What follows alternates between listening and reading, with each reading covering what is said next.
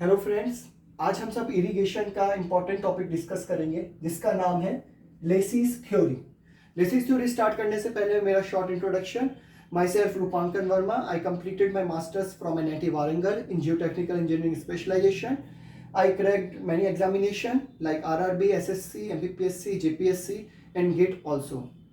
So I think I'm a suitable candidate and suitable person to teach you that हम कहाँ कहाँ गलती कर सकते हैं, किन किन क्वेश्चन से हमारा कटेगा और हम उस गलती को सुधार के उस मार्क्स को ग्रैब कर सकते हैं और हम फाइनली एक अच्छी रैंक और एक अच्छा सिलेक्शन इंश्योर कर सकते हैं.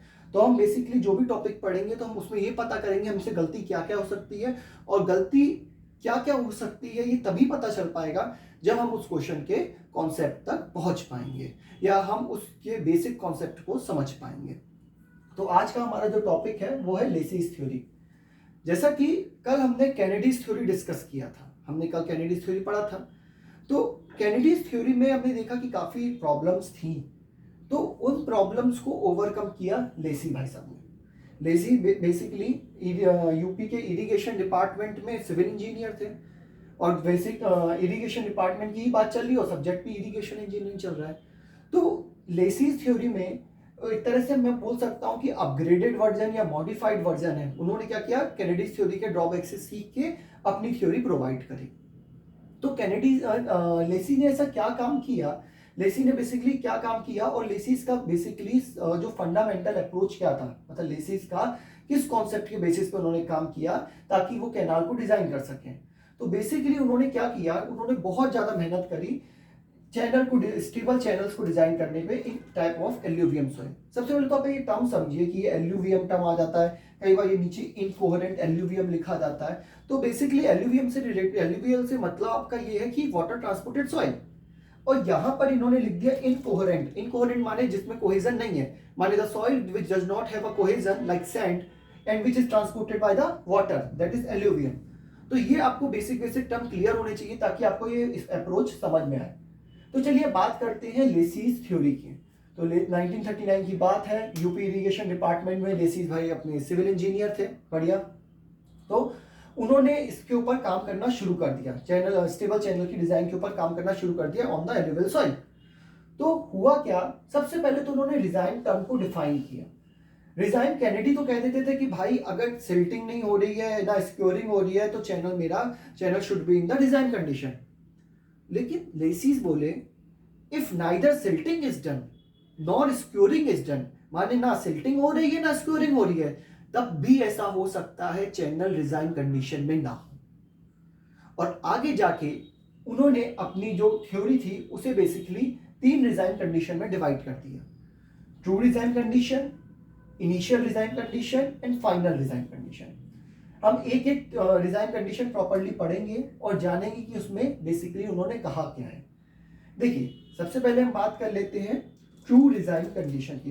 देखिए इससे क्या रहता है ना, इससे आपको 1 marks question, 2 marks question theoretical, मतलब ये मैं बेसिकली आपको कॉन्सेप्ट बता रहा हूँ थ्योरी का, तो इससे आपको 1 मार्क और 2 मार्क थ्योरेटिकल क्वेश्चन देखने को मिल जाएगा. और गलती कहाँ कहाँ गच्चा खाएंगे वो भी मैं पॉइंट आपको बता दूंगा, ठीक है.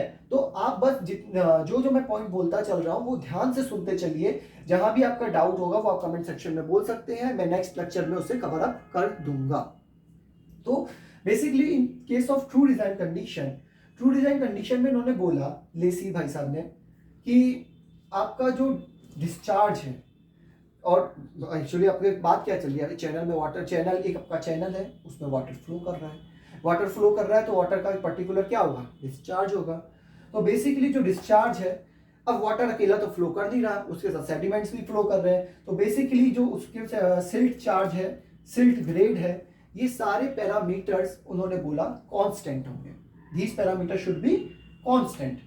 इसके अलावा जो आपका चैनल जिस मटेरियल के थ्रू फ्लो कर रहा है, जिस मटेरियल के थ्रू चैनल का फ्लो कर रहा है, वो पार्शियलिटी नहीं करेगा. कैसी पार्शियलिटी, मतलब वो ये नहीं बोलेगा कि मैं तो इरोड ज्यादा होऊंगा, मैं डिपॉजिट कम होऊंगा, या मैं डिपॉजिट ज्यादा होऊंगा या इरोजन मेरे में कम होगा. वो बोलेगा मटेरियल कि मेरे ऊपर जितना इरोजन हो रहा है उतना ही मेरे ऊपर डिपोजिशन होगा. तो बेसिकली चैनल जिस मटेरियल के ऊपर फ्लो करेगा उसमें स्कोरिंग भी उतनी ही होगी जितनी डिपोजिशन होगा. ठीक है, ये कॉन्सेप्ट समझ में आया आपको. तो बेसिकली ट्रू डिजाइन में इतनी कठिन शर्तें रखने के बाद लेसी जी ने इतनी कठिन शर्तें रख दी कि अब सारे आर्टिफिशियल चैनल एक साथ हो गए इकट्ठे। आर्टिफिशियल चैनलों ने बोला कि भाई ये हमारे बस की बात तो नहीं है ट्रू डिजाइन कंडीशन, तो ट्रू डिजाइन कंडीशन को करो बाय बाय।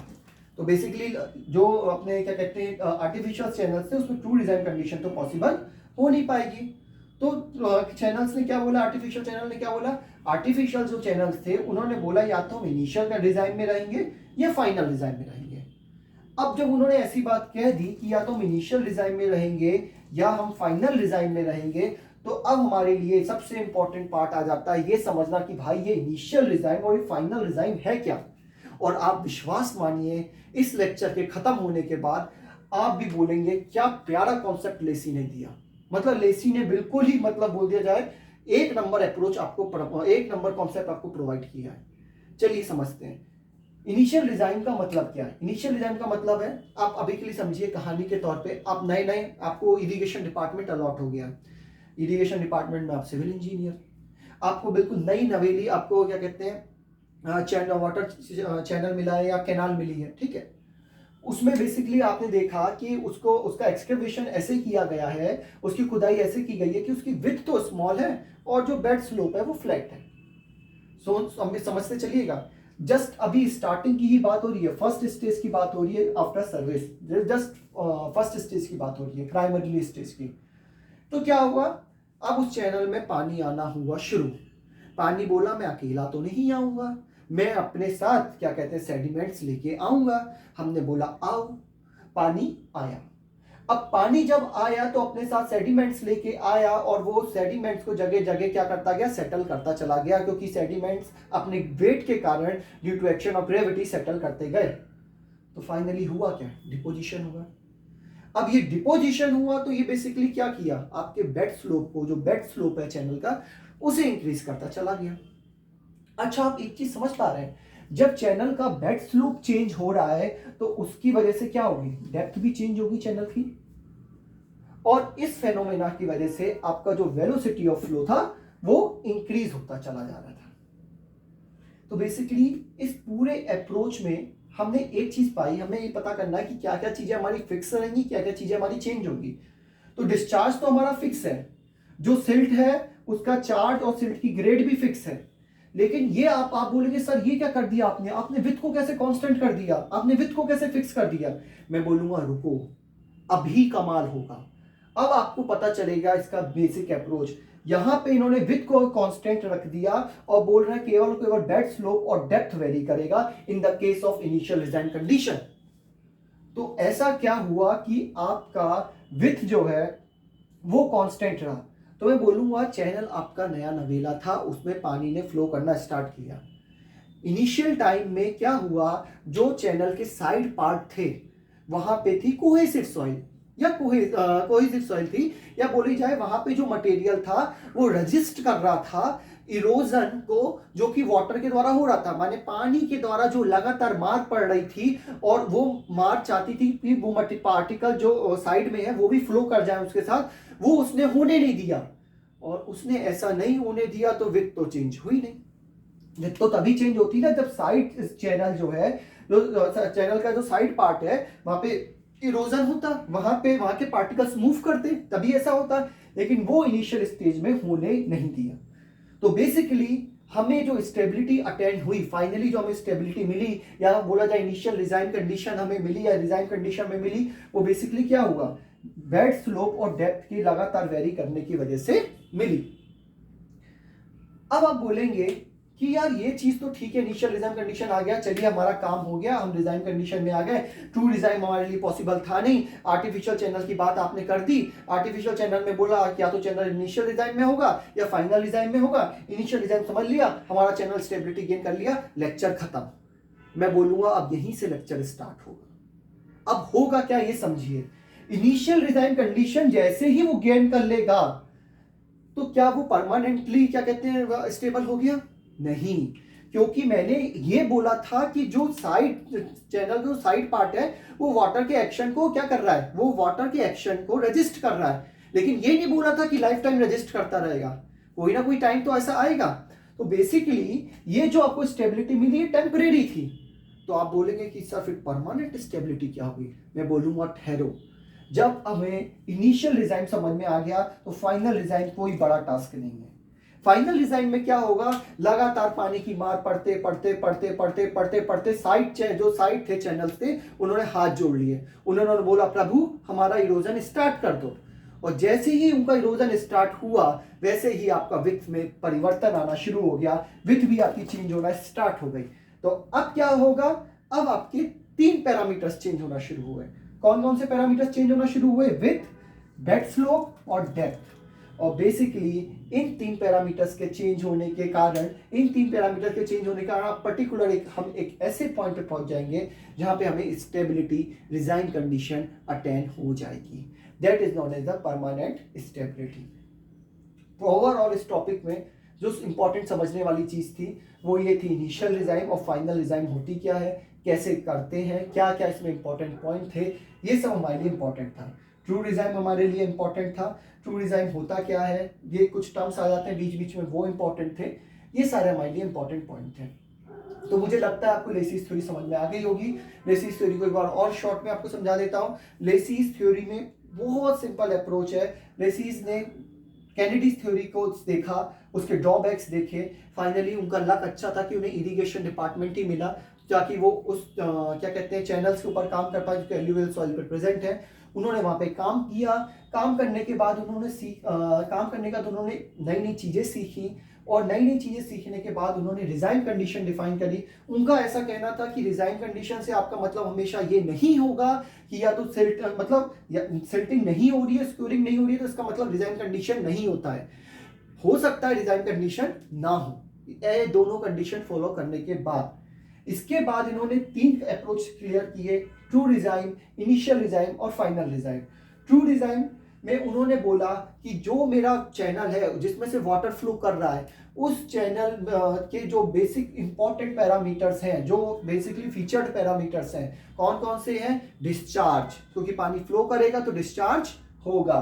डिस्चार्ज के बाद आपका सिल्ट का चार्ज और सिल्ट की ग्रेड, ये सब अपने कांस्टेंट होने चाहिए। और चैनल जिस मटेरियल से थ्रू पास कर रहा है वो भेदभाव नहीं करेगा, वो जितना डिपॉजिट होगा उतना ही उसमें इरोजन होगा। ये सारे पैरामीटर्स तो डिफाइन कर दिए, लेकिन सारे आर्टिफिशियल चैनल ने उनके सामने जोड़ लिया हाथ कि भाई ये हमारे बस की बात नहीं है, हम या तो इनिशियल डिजाइन में रहना पसंद करेंगे या फाइनल डिजाइन में रहना पसंद करेंगे। तो इसलिए मुझे आपको इनिशियल डिजाइन भी समझाना पड़ा और फाइनल डिजाइन भी समझाना पड़ा। इनिशियल डिजाइन हमने बहुत अच्छी तरह से समझा। इनिशियल डिजाइन होता क्या है, तो इनिशियल डिजाइन बस जस्ट आप समझ लीजिए आप नए नए इरिगेशन इंजीनियर बने हैं और आपको नई नई कैनाल पकड़ा दी गई है। उसमें क्या होगा, स्टार्टिंग ऑफ द मतलब बिल्कुल इनिशियल स्टेज में बेसिकली क्या होगा, जब वाटर फ्लो करेगा तो पानी आएगा, लेकिन अकेला नहीं आएगा। क्या लेकर आएगा? सेडिमेंट्स लेकर आएगा। सेडिमेंट्स लेकर आएगा तो डिपॉजिट भी करवाएगा, डिपॉजिट करवाएगा तो बेड स्लोप इंक्रीज करवाएगा, और बेड स्लोप इंक्रीज करवाएगा तो डेप्थ में भी परिवर्तन कराएगा, और डेप्थ में भी परिवर्तन कराएगा तो वेलोसिटी ऑफ फ्लो भी इंक्रीज करवाएगा। और इन सारे पैरामीटर्स के कारण अपना बेड स्लोप और डेप्थ तो वेरी करेगा, बाकी सारे पैरामीटर फिक्स हो जाएंगे, और फाइनली एक समय हमें स्टेबिलिटी दे जाएगा जिसको हम कहेंगे इनिशियल डिजाइन कंडीशन। ऐसे ही फाइनल डिजाइन कंडीशन बताई। फाइनल डिजाइन कंडीशन में पानी आ तो गया, साइड चैनल शुरू में बड़े खुश थे। इनिशियल कंडीशन में साइड चैनल बढ़िया रजिस्ट कर रहे थे इरोजन को, उनमें इरोजन नहीं हो रहा था। इरोजन नहीं हो रहा था तो बढ़िया तरह से विड्थ में परिवर्तन नहीं हो रहा था। अब विड्थ में परिवर्तन नहीं हो रहा था, लेकिन क्या ऐसा हमेशा परमानेंटली होगा? नहीं, वो टेम्परेरी इफेक्ट था। एक समय के बाद रेजिस्टेंस खत्म हो जाएगा, वो भी पार्टिकल्स अपनी जगह से मूव करना स्टार्ट कर देंगे। तो इसलिए इनिशियल डिजाइन को मैंने टेम्परेरी फेनोमेना कहा था, और फाइनल डिजाइन में मैंने कहा फाइनली एक स्टेज आएगी आफ्टर अ लॉन्ग टाइम, जब तक वाटर फ्लो कर रहा है, फाइनली विड्थ भी चेंज स्टार्ट करना शुरू कर देगा, बेड स्लोप तो चेंज कर ही रहा था, डेप्थ भी चेंज कर रहा था, फाइनली तीनों पैरामीटर चेंज होना स्टार्ट कर देंगे, और finally at a particular point we attain permanent stability. इसी के साथ इस टॉपिक को खत्म करते हैं। आई होप आपको ये टॉपिक समझ में आया होगा। ठीक है, इसी के साथ गुड नाइट, शब बखैर।